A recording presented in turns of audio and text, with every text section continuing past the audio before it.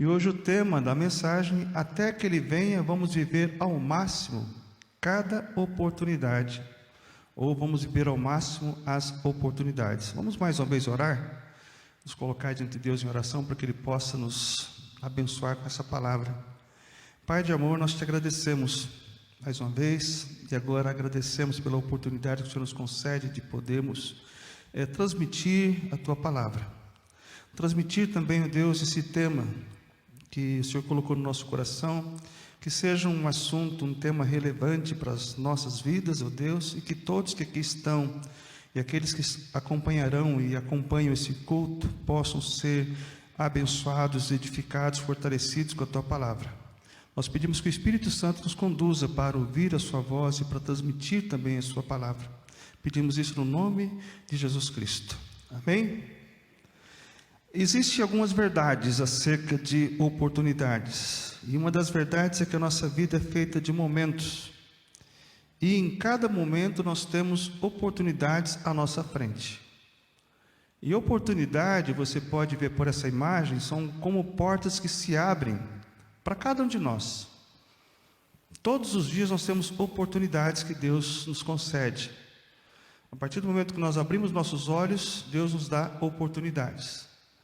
Oportunidade de fazer o bem, oportunidade de fazer o mal, de pensar coisas que não deve, ou pensar algo que possa edificar e fortalecer, oportunidades de uma promoção no emprego, oportunidade de fazer uma prova, oportunidade de estar em família.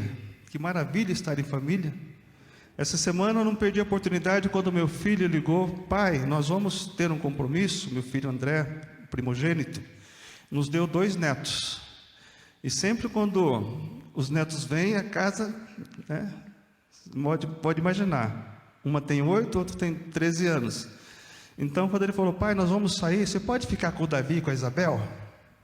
Aí eu falei: sim, mas tem que conversar com a Anitta, com a minha esposa, com a avó. E na hora a gente concordou. Aí nós tivemos a oportunidade de sair com os netos. Não só quando eles vêm para casa, a gente já vai jogando um doce na boca deles. Já vai, porque parece que eles... Mas é bom, avô é para isso, viu? Os pais educam, a gente vai lá e estraga um pouquinho.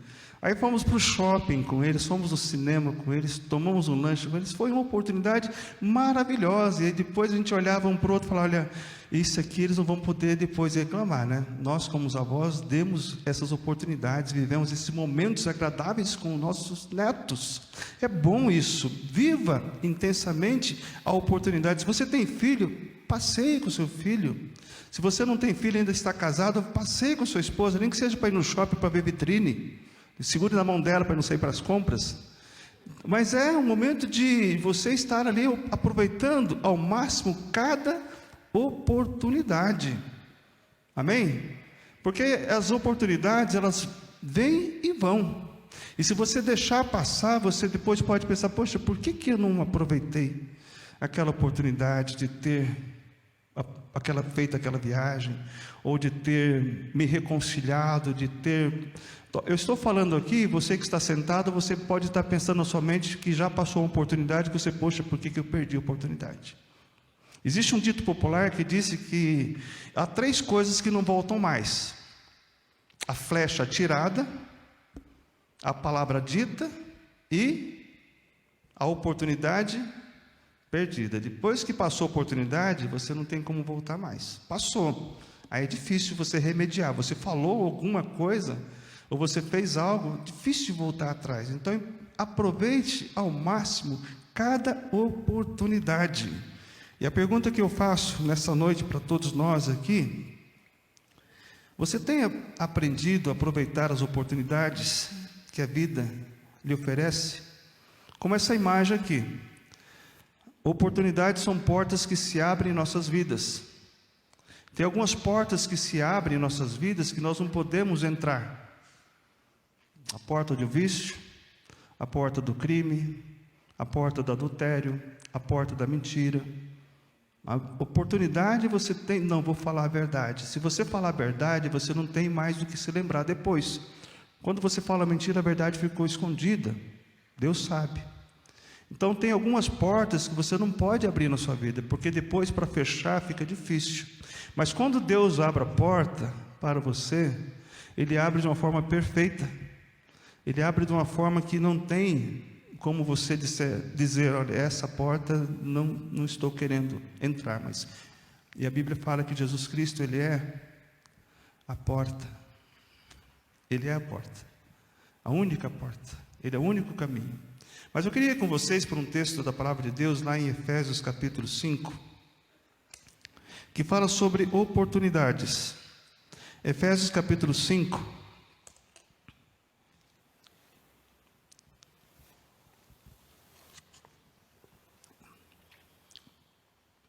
O livro de Efésios ele é dividido em duas partes. O apóstolo Paulo escreveu essa carta aos crentes de Éfeso, estando na prisão. É uma carta da prisão. E lá do capítulo 1 até o capítulo 3, ela é uma carta doutrinária. Ensina alguns princípios doutrinários. E a partir do capítulo 4, ela coloca esses ensinos na prática. Como você deve aplicar esses ensinos. E nesse texto aqui que nós vamos ler, tem algo muito importante para nós, que nos dizemos servos, dizemos que somos discípulos de Cristo. E nesse texto nós vamos ler aqui Efésios capítulo 5, versículo 15 e 16. Portanto, vede prudentemente como andais, não como nécios, e sim como sábios, remindo o tempo, porque os dias são maus. Se a sua versão de Bíblia é da NVI, talvez você tenha ali aproveitando ao máximo cada oportunidade, porque os dias são maus. Esse é o que significa esse texto. Nesse texto, Deus nos faz um alerta e um convite em relação às oportunidades. Primeiro, ele alerta no versículo 15: vede prudentemente como andais. Ou seja, tenham cuidado com a maneira como vocês vivem. Aqui já na prática, tenham cuidado como vocês vivem. A caminhada cristã, ou andar cristão, influenciará grandemente a vida daqueles que estão no corpo de Cristo. Nós estamos aqui vivendo uma comunidade de fé, uma igreja de Cristo em unidade, e o que nós fazemos dentro do corpo de Cristo vai influenciar o nosso caminhar cristão. Nós somos aqui dentro da igreja como testemunhas de que Cristo nos transformou, de que Cristo nos mudou, de que Cristo fez algo em nossas vidas. Então essa recomendação que o apóstolo Paulo dá é para a comunidade de Cristo, que se diz seguidores de Cristo. Então nossa caminhada, esse nosso caminhar cristão, essa nossa forma de agir vai influenciar. Por isso ele faz esse alerta de Deus é muito claro: sejamos prudentes no nosso modo de caminhar. E ele coloca, não como nécios, diz o versículo 15, não como nécios, mas como sábios dentro do corpo de Cristo, agindo com sabedoria dentro do corpo de Cristo. Aí fica mais uma pergunta: como podemos expressar essa sabedoria que Deus está nos colocando aqui? Sábios, não como nécios. Qual é a oportunidade que Ele nos dá para nós expressarmos essa sabedoria? Aí, a resposta nós vamos encontrar na palavra de Deus. Como falei há pouco, a Bíblia tem a resposta para tudo, para todos os nossos questionamentos. E o próprio apóstolo Paulo, no capítulo 4, nos dá a forma de como devemos agir com sabedoria, como expressar a nossa sabedoria. No capítulo 4, no versículo 1 a 6, ele diz que devemos andar de modo digno da nossa vocação. Olha só o que ele diz, Efésios 4, 1 a 6. Rogo-vos, pois, eu, o prisioneiro do Senhor, que andeis de modo digno da vocação a que fostes chamados, com toda a humildade e mansidão, com longanimidade, suportando-vos uns aos outros em amor. Andeis de modo digno da vocação a que fostes chamados, com toda humildade, suportando uns aos outros em amor, esforçando-vos diligentemente por preservar a unidade do Espírito no vínculo da paz. Há somente um corpo e um Espírito, como também fostes chamados numa só esperança da vossa vocação. Há só um Senhor, uma só fé, um só batismo, um só Deus e Pai de todos, o qual é sobre todos, age por meio de todos e está em todos. Olha só, nós somos chamados para andar nessa vocação. E se no meio de nós tem alguém que não esteja dentro desse espírito, vai haver confusão. Não vai haver ali, conforme ele diz no capítulo 5, sabedoria. Vai haver tolice. Seremos como nécios. Por isso que é importante pensar nessas oportunidades que Deus nos concede.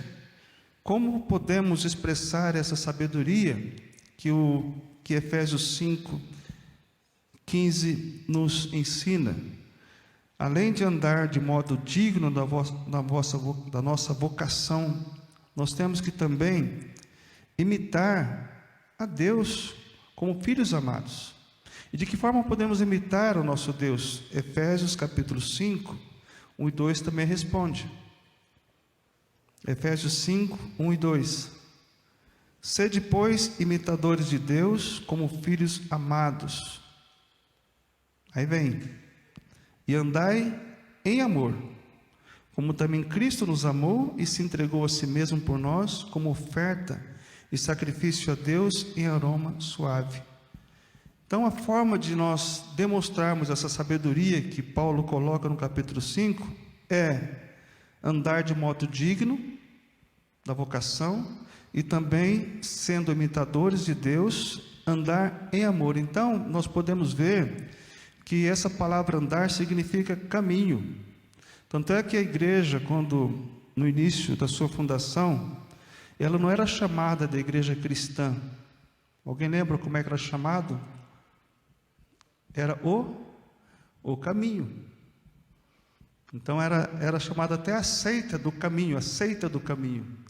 Depois que eles receberam o nome, foi lá em Antioquia e receberam o nome de cristãos. Mas antes, diziam lá, Jesus Cristo falou em João 14,6, eu sou a verdade, eu sou o caminho, eu sou a vida. Então, quando falou nisso, ele falava, só existe um caminho, Jesus Cristo, que é o caminho. Então, nós cremos que o cristão deve andar nesse caminho, pelo qual ele foi chamado. Se você está dentro de uma empresa, trabalhando numa empresa, você tem ali a vocação pelo qual você foi chamado. Se você se desvia daquele foco, daquele trabalho, daquela forma de agir, consequentemente você será dispensado daquela empresa. Seja em qualquer área da sua vida, da vida que você esteja desempenhando. Por isso que a Bíblia nos alerta a andarmos de modo digno da vocação pelo qual nós somos chamados. Então é importante entender, para ficarmos atentos para esse alerta de Deus. Depois do alerta, o apóstolo Paulo faz um convite, no versículo 16. Ele diz, remindo o tempo, porque os dias são maus. Na versão NVI, temos ali, aproveitando ao máximo cada oportunidade, porque os dias são maus. O termo remir, aqui expressado no grego, tem o significado de resgatar, comprar, tomar posse. Pense assim, remir significa resgatar, comprar, tomar posse. Sabe por quê? É a mesma expressão usada de quando Cristo nos salvou. Ele nos remiu, Ele nos comprou. Olha comigo o que diz Tito, capítulo 2, versículo 14. Tito 2, 14. Depois de 2 Timóteo. Tito 2, 14. E para que que Ele nos remiu? Para que que Ele nos comprou? Para que que Ele nos resgatou? Para andarmos do modo digno da vocação pelo qual fomos chamados. Temos essa oportunidade. E Tito, capítulo 2, versículo 14, nós vamos ler um pouquinho antes, no versículo 13. Aguardando a bendita esperança e a manifestação da glória do nosso Deus e Salvador Jesus Cristo, o qual a si mesmo se deu por nós, a fim de remir-nos de toda impiedade e purificar para si mesmo um povo exclusivamente seu, zeloso de boas obras. É isso que diz na sua Bíblia? Então, para que Ele nos remiu? Para, primeiro, tirar toda iniquidade e nos purificar. O que significa isso? Ele, através do Espírito Santo, através de andar com Deus, nós somos ali livres, libertos, purificados de toda a maldade. E a proposta de Deus é essa: não só tirar a maldade, tirar a iniquidade da nossa mente, do nosso coração, mas nos purificar também, conforme diz, para si mesmo, e como um povo exclusivo, zeloso de boas obras. As oportunidades que Ele nos dá, além de nos salvar, além de nos, conforme diz aqui o texto, além de tirar a iniquidade, nos purificar, é que nós possamos termos as oportunidades de fazer boas obras. Esse é o caminho, a vocação pelo qual nós somos chamados. Então nós entendemos dessa forma, nós somos chamados para esse propósito. E se nós voltarmos lá para Efésios, nós vamos poder perceber, não só nesse texto do capítulo 5, versículo 16, 17, ele diz no versículo 14 algo muito interessante acerca de nós como seguidores de Cristo. Ele diz assim, um alerta também muito importante. Ele diz: pelo que diz, desperta tu que dormes, levanta-te entre os mortos e Cristo te iluminará. Depois ele fala: vede prudentemente. Então nós temos que nos despertar. Tem muitos cristãos que estão dormindo, espiritualmente falando. É necessário que haja esse despertamento. E se nós olharmos para a carta, ali, como falei, da forma prática, no capítulo 4, ele fala que, por isso, devemos deixar a mentira, falar a verdade, no capítulo 4, versículo 25, porque somos membros uns dos outros. No versículo 26 diz: irai-vos e não pequeis, não se ponha o sol sobre a vossa ira, nem deis lugar ao diabo. Aquele que furtava, não furte mais. Essa é a vida que nós devemos agir, praticar o caminho que devemos praticar dentro da palavra de Deus. Aquele que furtava, não furte mais, antes trabalhe fazendo com as próprias mãos o que é bom, para que tenha com que acudir ao necessitado. Não saia da vossa boca nenhuma palavra torpe, e sim unicamente a que for boa para edificação, conforme a necessidade, e assim transmita graça aos que ouvem. Não entristeçais, o versículo 30, o Espírito Santo de Deus, no qual fostes selados para o dia da redenção. Longe de vós toda amargura e cólera e ira e gritaria e blasfêmias, e bem assim toda a malícia. Antes, sede uns para com os outros benignos, compassivos, perdoando-vos uns aos outros, como também Deus em Cristo vos perdoou. Andai em amor. A oportunidade que temos como comunidade de fé é andarmos em amor, praticando boas obras dentro dessa comunidade. É tão bom quando você ouve testemunhos como esse que ouvimos da família aqui agora há pouco, de que a igreja fez aquela proposta, aquela oferta, e eles ali aceitaram, e eles foram abençoados com o regente, com as aulas de piano. Então isso tudo é forma de fazer a obra de Deus. Eu tenho certeza que muitos aqui já foram abençoados através da sua vida, né? Você já foi um vaso de bênção usado por Deus na vida de alguém. Essa é a finalidade que nós temos. E sabe por que devemos viver e aproveitar bem as oportunidades? Porque a nossa vida é muito curta. A nossa vida é muito breve. O salmista Moisés, lá no Salmo 90, ele diz que os nossos dias chegam a 70, no máximo a 80.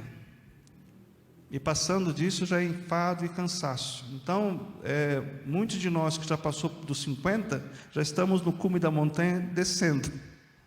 Uma irmã falava isso aqui na igreja, né? Quando você chega nos 50, você já está no cume da montanha. Quanto tempo mais nós teremos?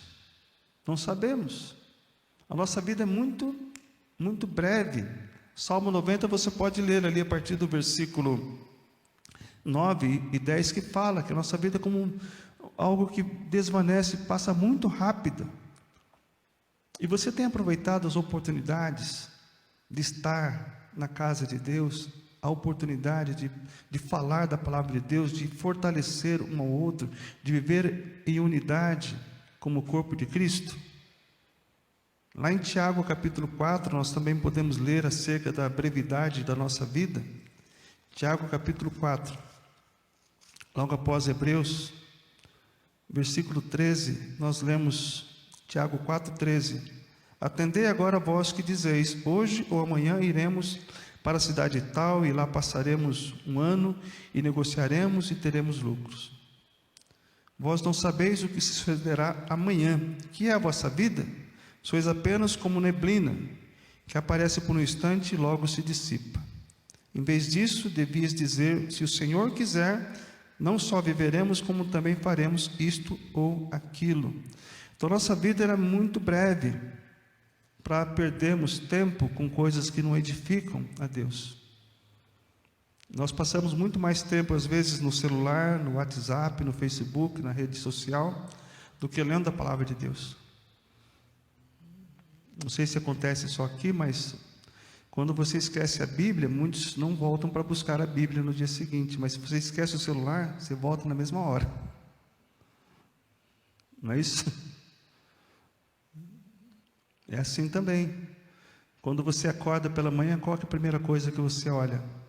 As mensagens do celular ou a palavra de Deus? Se nós dessemos tanta importância à palavra de Deus quanto nós damos importância ao nosso celular, nós seríamos os teólogos dos séculos.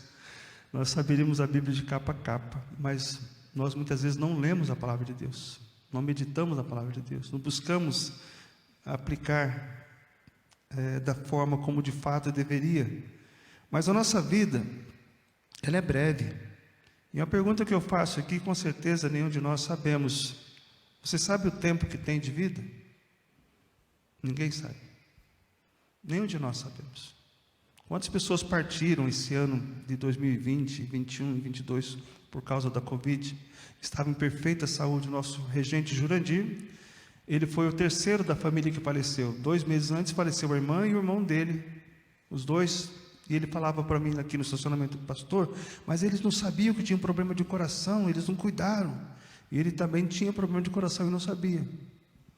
Então foram 3 da mesma família, foi muito rápido. Ele tinha um negão forte, né, com saúde de ferro, mas a Covid levou. Então nós não sabemos quanto tempo temos de vida. Por isso nós devemos remir, ou seja, pensar ali no remir, é otimizar o tempo. É aproveitar ao máximo cada oportunidade. A única pessoa que eu vejo na Bíblia que teve a oportunidade, Deus falou, você vai morrer, e ele teve a oportunidade de mais algum tempo de vida, foi o rei Ezequias. Lá em 2 Reis capítulo 20, abra comigo lá, nesse texto, para ver qual foi a oportunidade que Deus deu. 2 Reis.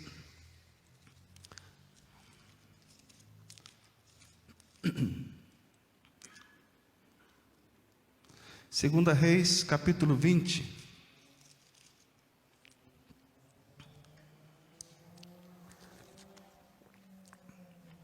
Devemos remir o tempo. Devemos, se nós soubéssemos que partiríamos amanhã, com certeza muitos de nós ficariam aqui desesperados para correr atrás do tempo, para tentar remir o tempo, para tentar buscar de todas as formas reconciliar. Nós tivemos um exemplo aqui na igreja do nosso irmão Levi Nascimento, Ele, antes de partir, uma semana antes de partir, acho que a mãe Elvira deve lembrar dele, irmão Augusto, irmã Zenilda deve lembrar também. Uma semana antes dele falecer, ele já estava sabendo que Deus iria levá-lo. Aí ele foi até Antonina para reconciliar com alguns parentes dele. Aí fez a dispensa da casa da irmã Iracema. A irmã Iracema ficou tão assustada que ele colocou mantimento para mais de um ano, para poder fazer com que ela não ficasse sem mantimento. Aí na semana seguinte Deus o levou. E parece que já estava sabendo, mas ninguém sabe. Se nós soubéssemos, a gente iria se preparar, né? Mas olha só o que acontece aqui com o rei Ezequias, dentro dessa oportunidade que Deus concedeu a ele. Naqueles dias, diz o versículo 1 do capítulo 20 de 2 Reis, Ezequias adoeceu de uma enfermidade mortal. Veio ter com ele o profeta Isaías, filho de Amós, e lhe disse: assim diz o Senhor, põe em ordem a tua casa, porque morrerás e não viverás. Então virou Ezequias o rosto para a parede e orou ao Senhor, dizendo: lembra-te, Senhor, peço-te de que andeis diante de ti com fidelidade, com inteireza de coração, e fiz o que era reto aos teus olhos, e chorou muitíssimo. Antes que Isaías tivesse saído da parte central da cidade, veio a ele a palavra do Senhor, dizendo: volta e dize a Ezequias, príncipe do meu povo: assim diz o Senhor, o Deus de Davi, teu pai, ouvi a tua oração e vi as tuas lágrimas, eis que eu te curarei. Ao terceiro dia subirás à casa do Senhor, acrescentarei aos teus dias 15 anos, e das mãos do rei da Síria te livrarei, a ti e a esta cidade, e defenderei essa cidade por amor de mim e por amor de Davi meu servo. Disse mais Isaías: tomai uma pasta de figos. Formaram-no e a puseram sobre a úlcera, e ele recuperou saúde. O que eu aprendo nesse texto aqui do rei Ezequias é que ele realmente já estava determinado a morte dele, mas ele buscou o Senhor em oração, Deus ouviu e acrescentou a ele mais 15 anos de vida. Se nós falarmos aqui que você que tem 12 vai ser acrescentado mais 15, não vai fazer muita diferença não, né? E para você que tem 90, acrescentado mais 15, já vai fazer uma grande diferença. Eu que já estou com 60, mais 15, será que eu vou chegar no 75? Meu pai foi com 72. Então a gente não sabe. Nós estamos caminhando para o final, mas como temos aproveitado essas oportunidades? Eu me lembro quando o nosso irmão Valdomiro, que está aqui, foi batizado. Foi a primeira pessoa que eu batizei com a idade dele, com 84 anos, que desceu as águas do batismo. Ele não perdeu a oportunidade. Quando ele reconheceu que Cristo é o Salvador, ele deixou as coisas velhas e começou a seguir nova vida. A minha Elvira trouxe ele para a igreja, ele ouviu a palavra, recebeu Cristo como Salvador, com 84 anos, entendeu e não perdeu a oportunidade de ser batizado, né, irmão Valdomiro?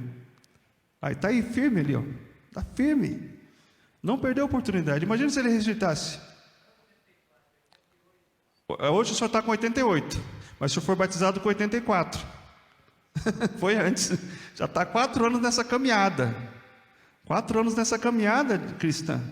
Uma vida transformada. Porque ele não perdeu a oportunidade. Você pode falar: eu sou muito velho para tomar decisão. Não é. Eu sou muito novo. Não é. Deus chama, e quando Deus chama, não tem idade. Então muitas pessoas vão para Cristo só quando estiver bem velhinho, com a vida já bem desregrada, e fala: poxa vida, e agora? Não tem mais contentamento. Lembra o que diz Eclesiastes capítulo 12? Lembra do teu Criador no dia da tua mocidade, antes que venham os maus dias e diga que não tenho mais contentamento neles, lá em Eclesiastes capítulo 12. Aí começa a dar uma relação do que acontece com a gente quando começa a ficar velho. Os olhos começam a ter nuvens, né? Os dentes começam a cair, a gente começa a ter medo de escada. Ali tem uma relação de situações que acontecem com a gente. Os braços ficam fracos. Mas quando você tem Jesus Cristo como Salvador, a Bíblia fala que nós seremos revigorados como a águia, né? Amém? Por isso que a gente vê o irmão Valdomiro, ele firme, apesar de ter algumas situações, ele está firme, pegou Covid, mas está firme, né? E temos o nosso irmão Antônio Barbosa também, que foi com 94 anos, 6 meses e 12 dias, ele contava os dias, e o que levou ele foi uma hérnia que ele tinha. Mas enfim, a gente sabe que os nossos dias estão contados pelo Senhor. E o rei Ezequias, um outro detalhe que eu vejo também nesse texto, é que o milagre de Deus não foi só acrescentar 15 anos. A Isaías fala ali que ele foi ordenado a colocar ali uma pasta de figo, ou seja, um medicamento, um remédio naquela úlcera que ele tinha. Ou seja, quando Deus faz o milagre, ele usa também médicos, usa também medicamentos para poder curar você. Uma vez eu fiz uma pergunta: quantos tomam remédio de uso contínuo aqui? Muitos levantaram a mão. Esse uso contínuo vai ter até Deus te levar. Sabe qual a maior cura que Deus deu para o rei Ezequias e para todos nós? É a cura da alma, é a cura do espírito. Porque às vezes a pessoa quer a cura física, a oportunidade de malhar o corpo, de ficar em forma e não se dedica a Deus, mas e a cura da alma, do espírito? Não busca. É isso que nós vamos levar para a eternidade. Nós teremos corpos transformados, diz a palavra de Deus. Essa é a verdade que nós cremos da palavra de Deus. E nós cremos que Deus é o Senhor do tempo. Nós somos apenas passageiros dentro desse tempo que Deus designou para cada um de nós. Lá em Eclesiastes capítulo 3, vamos ler esse texto? Eclesiastes capítulo 3,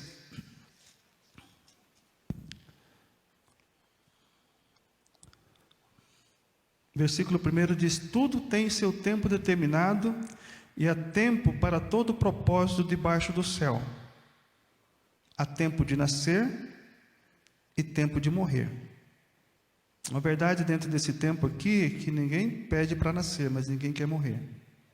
Há tempo de nascer e tempo de morrer, tempo de plantar e tempo de arrancar o que se plantou, tempo de matar e tempo de curar, tempo de derribar e tempo de edificar, tempo de chorar e tempo de rir. Aproveite essas oportunidades. Tempo de chorar, você vai num luto de alguém, você não vai ficar rindo ali. Chore a perda de um ente querido, esse momento que nós falamos do Jurandir, choro, mas é de alegria sabendo que ele está na glória. Tempo de chorar, viva cada tempo determinado por Deus. Tempo de rir, tempo de prantear, tempo de saltar de alegria, tempo de espalhar pedras, tempo de juntar pedras, tempo de abraçar e tempo de afastar-se de abraçar, tempo de buscar e tempo de perder, tempo de guardar e tempo de deitar fora, tempo de rasgar e tempo de coser, tempo de estar calado e tempo de falar. Tem tempo que devemos falar e tempo de ficar calado, tempo de amar e tempo de aborrecer, tempo de guerra e tempo de paz. Devemos guerrear contra o pecado, né? E também devemos ali aborrecer tudo aquilo que Deus aborrece, que não agrada a Deus. Mas devemos buscar ali o amor, devemos buscar a paz de Cristo que excede todo o entendimento. Cada oportunidade, viva intensamente cada oportunidade que Deus concede para você no corpo de Cristo. Efésios capítulo 5, versículo 15 e 16, o alerta e o convite de Deus são de como devemos andar e aproveitar essas oportunidades que Ele nos concede.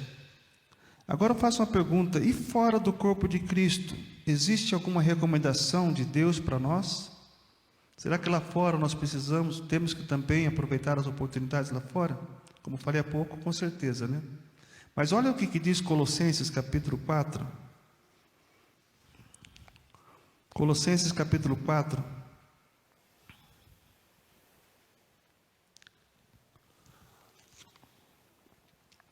Versículos 5 e 6.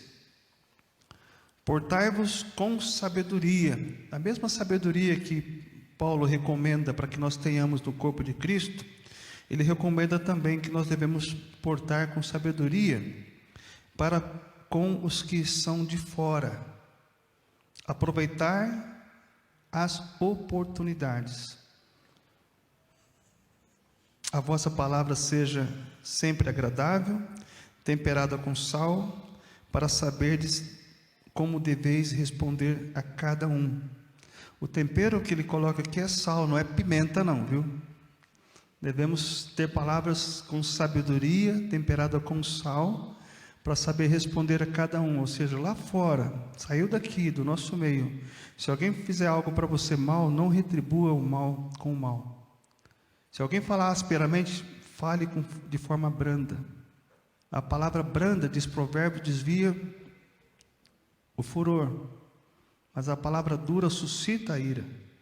Então todas essas recomendações são ditas para Deus, para nós termos dentro do corpo de Cristo e fora também.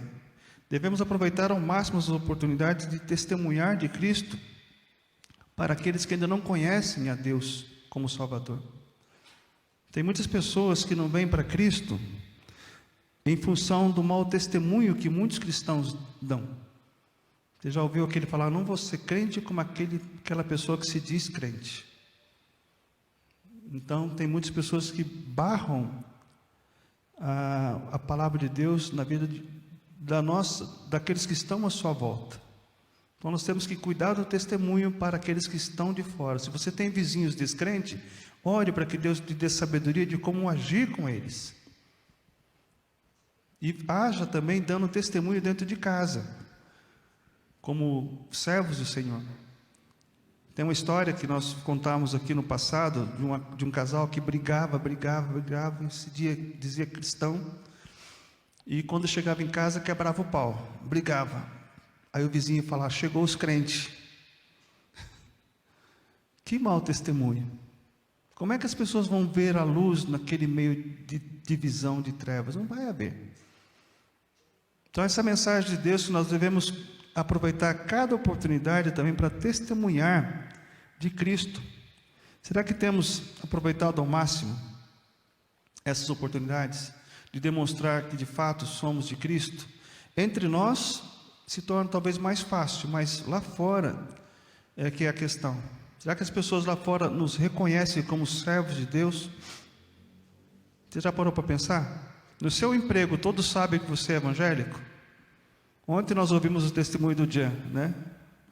O Jean é o nosso pregador para domingo, para sábado agora. Ele falou que estava na empresa, ele foi dispensado da empresa.